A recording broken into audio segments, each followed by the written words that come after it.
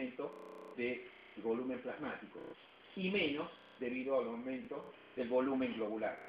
Entonces, estas pacientes que nosotros decimos, ¿por qué no la tratamos cuando tiene hemoglobina de 10,5?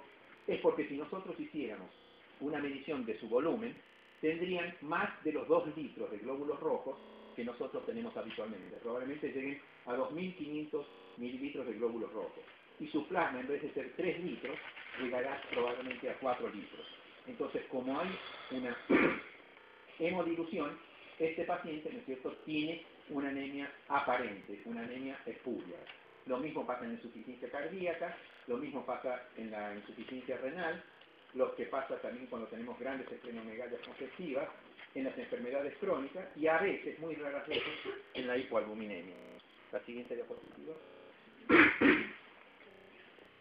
Una anemia real inaparente es cuando tenemos una disminución simultánea de la masa eritrocitaria y del volumen plasmático.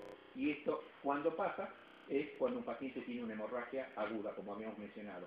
Pierde plasma, pierde glóbulos rojos, entonces el hematocrito de esa sangre va a ser menor. Pero si nosotros medimos la volemia general de este paciente, en vez de 5 litros puede ser que tenga 3 litros y medio de sangre. El hematocrito de eso nos está diciendo que está bien, pero que la volemia en general está disminuida. Y generalmente pasa en muchas endocrinopatías, ¿cierto? Y a veces en algunas neoplasias malignas. La siguiente diapositiva. ¿Cuáles son los factores que regulan la hematopoiesis?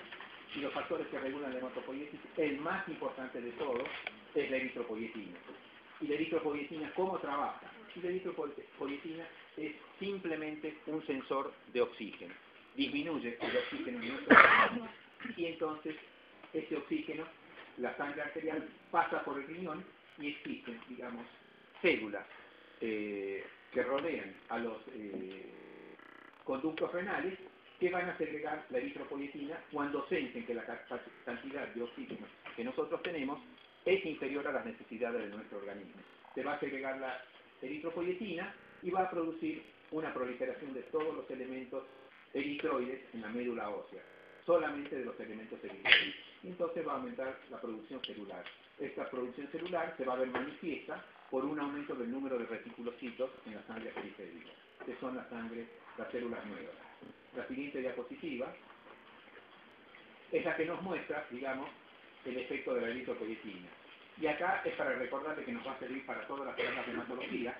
Ustedes saben que la hematopoiesis es la producción desde una célula extremadamente inmadura a elementos maduros, como son los glóbulos rojos, como son las plaquetas, los leucocitos, los linfocitos, los neutrófilos, los eosinófilos y los basófilos, ¿no es cierto?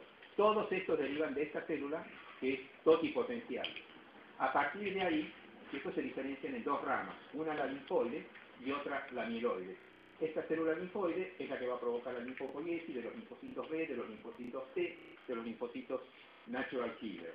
Y acá tenemos, ¿no es cierto?, la célula multipotente, que es la célula que es común para la mielopoiesis, para la eritropoiesis y la mielopoiesis. Y ustedes pueden ver que de esta célula va a derivar una parte, la producción de plaquetas y leucocitos, y una parte va a determinar que se produzca la producción de glóbulos rojos. En esta parte va a actuar la eritropoietina. No actúa sobre esta parte, no actúa sobre esto, y es importantísimo el valor que tiene la eritropoietina. Hoy se produce por bioingeniería y nosotros podemos darle a un paciente eritropoietina cuando carece de eritropoietina. ¿Cuál es, digamos, el característico de déficit de eritropoietina? Es la insuficiencia renal. Cuando nosotros tenemos una insuficiencia renal, el riñón, que produce el 90% de la eritropoietina, no produce la cantidad adecuada, solo un 10% es extrarrenal, y entonces nosotros, si le damos eritropoietina, a ese paciente le vamos a evitar hacer transfusiones de sangre. Existen otras circunstancias, como la artritis reumatoidea, que es una enfermedad crónica, donde la secreción de ciertas linfoquinas van a producir una disminución de la eritropoietina propia del organismo, y entonces vamos a necesitar eritropoietina extrínseca. Y le vamos a dar a estos pacientes y van a mejorar muchísimo, no van a necesitar transfusiones. Cuando hacemos tratamientos por leucemia, por linfoma, por otros cánceres, le damos eritropoietina cuando la hemoglobina baja del 10%. Todas estas son enfermedades crónicas donde la eritropoietina no se produce en cantidades suficientes. de paso, se ha dicho, las enfermedades crónicas junto con la anemia ferropénica son las dos anemias más comunes que ustedes van a ver en su práctica privada. Una es por el déficit de hierro y el otra, uno de los mecanismos, es por el déficit de producción de eritropoyetina por la linfofila. La siguiente diapositiva. ¿Cómo usamos entonces los datos que hemos obtenido a través de un simple examen de un hemograma? Por eso es que ustedes tienen que aprender a valorar exactamente qué es lo que tiene un hemograma. Y un hemograma no lo hace cualquier bioquímico, sino lo tiene que hacer un bioquímico que tenga realmente el equipamiento adecuado. Hoy no se concibe, digamos, cuando yo tengo un paciente con anemia, no es lo mismo un paciente que no tiene anemia, pero un paciente que tiene anemia, yo no puedo mandar a cualquier bioquímico si no tiene un equipo adecuado que me pueda hacer un recuento adecuado de glóbulos rojos, de glóbulos blancos y de plaquetas.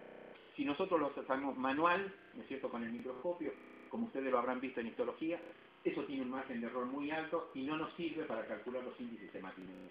Tenemos que hacerlo con un equipo automatizado. Y entonces vamos a obtener todos los datos que nosotros queremos. El volumen corpuscular medio, como yo les conté, nos va a dar, cuando está por arriba de 100, una anemia macrocítica. El volumen corpuscular normal nos va a dar entre 80 y 100 una anemia normocítica. Y el volumen corpuscular medio, por debajo de 80, nos va a dar una anemia microcítica. La siguiente diapositiva.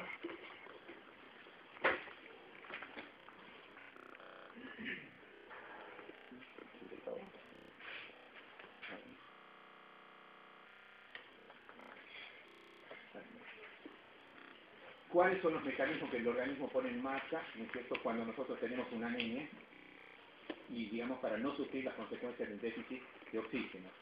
Una de las cosas que nunca mencionan ustedes es el incremento del 2,3-bisfosfoglicerato, que aumenta en los casos, digamos, que tenemos anemia, que son anemias crónicas, y que da lugar a una liberación más rápida del oxígeno de nuestro organismo.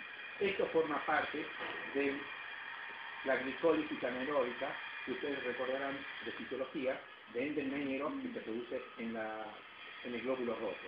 Esta es una enzima que se produce en ese ciclo. Esa enzima está aumentada cuando nosotros tenemos una anemia y constituye el 50% del mecanismo de adaptación que nosotros tenemos. O sea, hace que se desprenda con mucha mayor rapidez el oxígeno que nosotros tenemos en las células, a pesar de que tengamos anemia, va a llegar a suplir en primera instancia las necesidades de nuestros tejidos. Luego viene la redistribución selectiva del flujo de sangre. La sangre que va a los músculos, la sangre que va al riñón, todo eso disminuye, ¿no es cierto? Y trata, digamos, de ir una gran parte al corazón, una gran parte al cerebro. O sea que existe una redistribución, muy poca sangre va a latir, por eso es que cuando tenemos shock o cuando tenemos una anemia crónica, tenemos palidez de nuestros pacientes. El aumento del gasto cardíaco, que al principio es por una ligera taquicardia, y luego es por un aumento del volumen sistólico. O sea, cuanto más severa es la anemia, mayor es el gasto sistólico. O sea, le estamos haciendo trabajar mucho más a nuestro corazón, y en ciertas circunstancias, si nosotros no le aconsejamos al paciente que no haga esfuerzo, este paciente va a ir a la insuficiencia cardíaca. Y está el estímulo eritropoyético, del cual ya hemos hablado. Cuando hay anemia, se produce un déficit de oxígeno y aumenta la eritropoyesis. La siguiente diapositiva. Acá es donde yo los quiero dirigir a algo que ustedes no van a encontrar, digamos, en los libros. Y son buenos los elementos con que nosotros contamos para hacer un diagnóstico de anemia. O sea, nadie nos enseña qué es lo que realmente debemos hacer. Nos mencionan todas las cosas, pero nadie nos dice, digamos, qué es. Y evidentemente que los elementos que nosotros tenemos no son todo lo bueno que nosotros pensamos. La siguiente diapositiva. Nosotros vamos a ver que si valoramos, ¿no es cierto?, el enfoque tradicional no es infalible, la siguiente. Si nosotros solamente quisiéramos hacer el diagnóstico de los pacientes que tienen anemia por la palidez, vamos a perder un 50% de los pacientes, porque esos pacientes no van a tener palidez, pero sí van a tener anemia. O sea que no sirve para nada. Y como esto, ¿no es cierto?, otros signos como el de la palma de la mano, como el color pálido de la oreja, la conjuntiva, nos hacen perder muchísimos casos de anemia. O sea que no son suficientes como para que nosotros pensemos en anemia como único elemento para hacer el diagnóstico. Antes, cuando no contábamos con los equipos automatizados, el examen del frotis de sangre nos servía, ¿no es cierto?, para dar información importante con respecto a al tipo de anemia que tenía.